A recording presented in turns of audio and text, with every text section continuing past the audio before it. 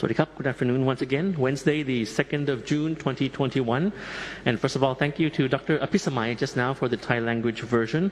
She ended with a note of appreciation, actually, to the press who have been very instrumental, very crucial, very important in communicating to the public and preventing misinformation and being sort of like another spokesperson actually for the CCSA in terms of building awareness and understanding regarding the COVID situation in Thailand. And of course we recognize the many questions and inquiries that the press have. Sometimes we have to refer them to specialists in particular agencies or ministries. So that's why we have these daily programs in the afternoon in Thai, as well as referring to the various line agencies in answering certain questions which may be more technical or medical in nature. Dr. Pisamai also talked about the good factory practices and the factory self-assessment scheme that I'll be touching in a short while. Now, first starting off with the cases we have for today, the numbers we have recorded for today, we have 2,843 new recoveries.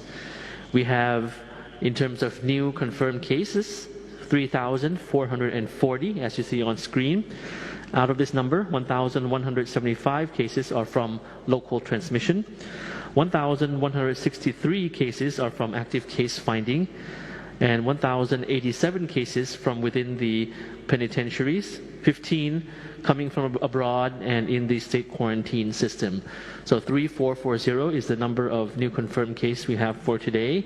We have just slightly lower than 50,000 active cases still being treated in our medical system, which is 49,777 active cases. Of this number, how much of this number are serious cases? There are 1,247 cases in this number of patients with lung inflammation. And in this number, 381 cases are patients using ventilators. We have 38 new fatalities to report today, unfortunately, with sorrow, making the cumulative number of fatalities in Thailand now standing at 1,107. The fatality rate in Thailand remains low at 0.67%. In terms of fatalities, the breakdown is 24 male and 14 female. Age range is 10 months old up to 88 years old, and median age is 63. Most of the fatalities, as in the past weeks, are from Bangkok with 18 cases. In terms of the provincial distribution of the highest number of confirmed cases, we have Bangkok topping that once again at 680, Samut Prakan 466, Phetchaburi province 449, and the other provinces you can see on screen. That's top 10 provinces with the highest number of COVID cases recorded for the 2nd of June.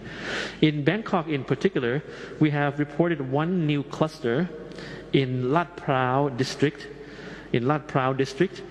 There are actually many ways to group the clusters, and in terms of location, we have the bigger kind of grouping, which the number might be around 6 or 7 in terms of cluster groupings. But in detail, each actual individual active clusters, now in Bangkok, we have 48 clusters. Just some more observations from the briefing just now also, that factories and fresh markets remain the areas with the highest infection rates, and the Disease Control Department had reported three new clusters in factories in the provinces of Samut Prakan, Samut Sakhon, and Ayutthaya. So local authorities also found more of these new cases in communities surrounding factories and among the members of their families.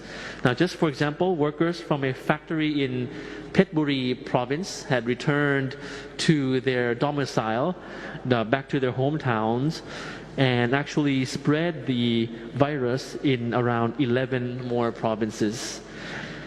However, for today, we have 21 provinces that have reported no new case in the past 24 hours, 21 provinces. This is a decrease from around 30 provinces earlier this week that had reported no new case. So therefore, the Prime Minister, as the chair of the CCSA, had ordered the provincial health offices and security officials to implement more stringent preventive methods, such as the bubble and seal measures in the various provinces around the country, and especially in factories, to prevent the spread of the virus. The Public Health Ministry and Ministry of Industry also have developed risk control self-assessment for factories to identify their risks of infections. Now, the CCSA aims that all factories should complete this self-assessment by the 15th of June and improve their facilities accordingly by the end of the month. Now, the standard is GFP, Good Factory Practices, and in filling this self-assessment form, various factories will be able to evaluate whether they're doing good enough to meet the Good Factory Practices standards that we have set. If they do not pass this standard, actually the authorities will be able to mentor and be able to give advice on how to improve the setup and the various measures in the factory. The CSA has asked for the cooperation of many factories, and hoping that there will be cooperation from all the factories involved. Those factories who have complied with the good factory practices and have been model factories are there. There are a couple of those. They'll probably be designated as model factories.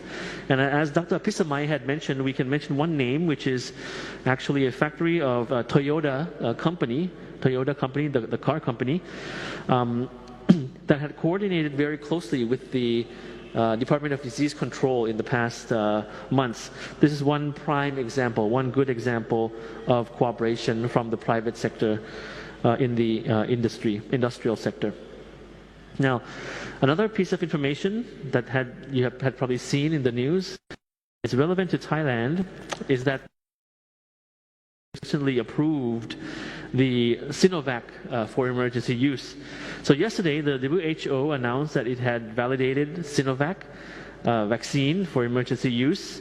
This is the sixth vaccine that had been approved by WHO for EUL, which is emergency use listing, giving countries and procuring agencies the assurance that the vaccine has met international standards.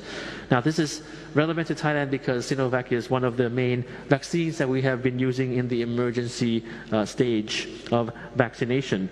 Sinovac is also now included in the COVAX vaccine facility, as it has passed the quality and efficacy assessment by this independent board of experts. And in the report, the World Health Organization also indicates that Sinovac vaccine can prevent severe symptoms and hospitalization in 100% of the studied population.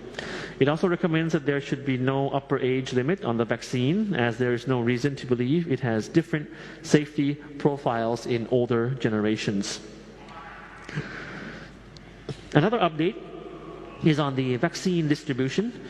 Yesterday, the Department of Disease Control had distributed 240,000 doses of AstraZeneca vaccine to vaccination centers nationwide. So 700,000 doses of Sinovac vaccine will also be distributed today to accommodate the national vaccination program that is due to officially start mass vaccination starting next week. So you have an infographic there of the breakdown of the numbers of vaccine distribution in Thailand, particularly for today and yesterday. Yes, so just an additional point that the current outbreak, of course, continues to be stressful for many people. It can cause serious effects on the public's mental health. So there had been a survey actually, and the Department of Mental Health has revealed the results of this survey conducted recently in Thailand.